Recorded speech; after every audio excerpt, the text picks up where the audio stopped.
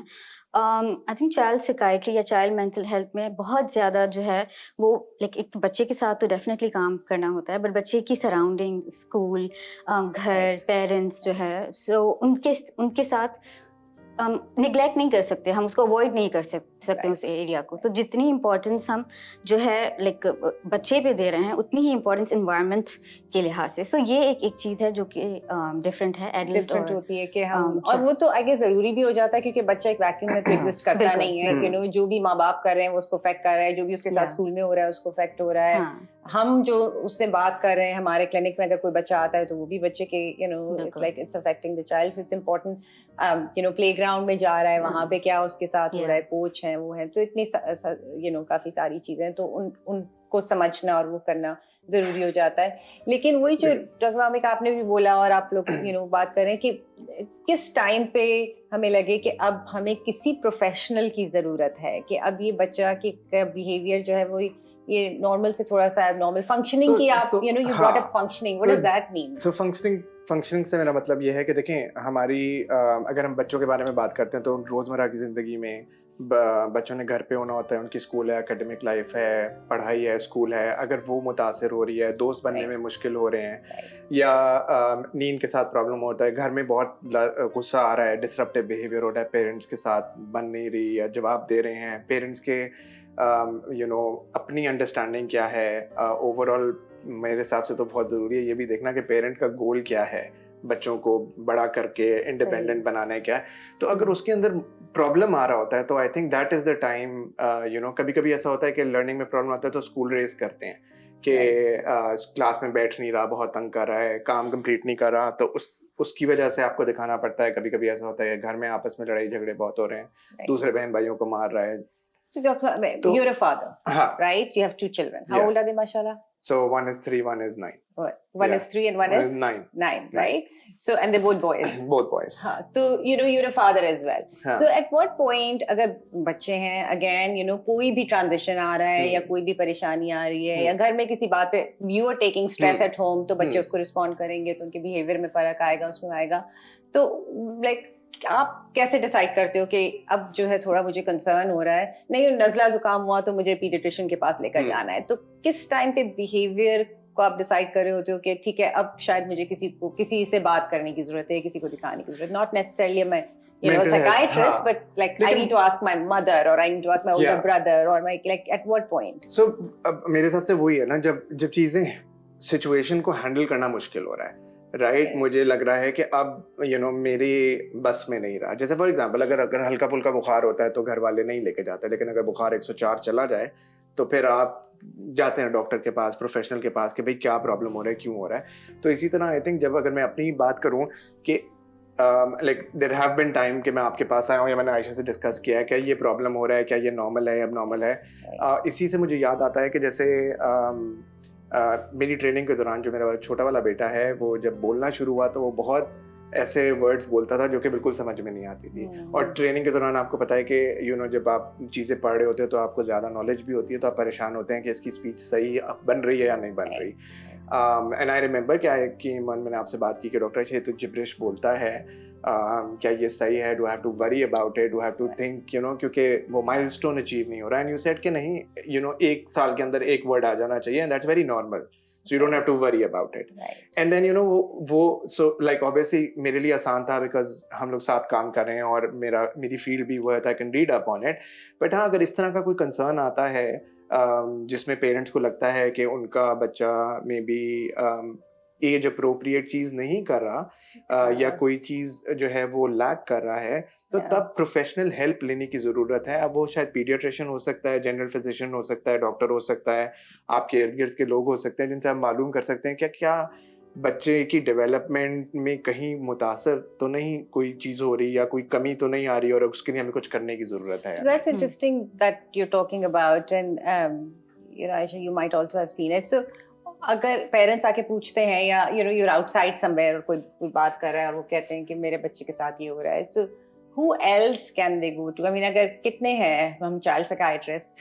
I think 10 سے بھی کم ہے. 10 سے بھی کم ہیں, تو 200 ملین لوگ ہیں جس میں سے I think 50% جو ہیں وہ 29 سے you know they're less than 29 years old.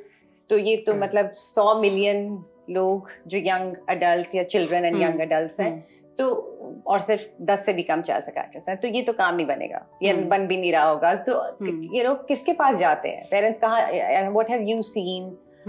You know, you have an association, interior sense سے بھی, so you know sort of community level پہ بھی کیا کچھ ہو رہا ہے, تو کہاں جا رہے ہوتے ہیں لوگ, کس سے پوچھ رہے ہوتے ہیں؟ سو اگر اسپیسیفکلی پاکستان کی اگر ہم بات کریں تو یوزلی پیرنٹنگ کے لحاظ سے یا کوئی پرابلم اگر آتا بھی ہے تو امیجیٹ گو ٹو جو لوگ ہوتے ہیں وہ لائک پیرنٹس ہوتے ہیں, گرینڈ پیرنٹس ہوتے ہیں جن کے پاس, یا گھر میں کوئی بڑا جو ہے ان کے پاس جایا جاتا ہے. سو یوزلی پیرنٹنگ کا مینول جو ہے وہ اس طریقے سے چل رہا ہے, انفارمل والا چل رہا ہے, اور خاندان میں اگر کوئی ڈاکٹر ہوتا ہے تو I think اس کے پاس بھی جا رہے ہیں. Well, this is wonderful. So what we'll do is we'll wrap up today, and you know for the next session I was thinking کہ ہم تھوڑے سے myths and facts پہ بات کر لیں کہ کیا کہانیاں ہیں جو لوگوں کی یہی جو جنریشنلی چلی جا رہی ہیں, اور فیکٹس کیا ہیں, اور سائنس کیا کہتا ہے versus you know all of these myths and facts کیا ہوتے ہیں. تو اس پہ we'll talk about that.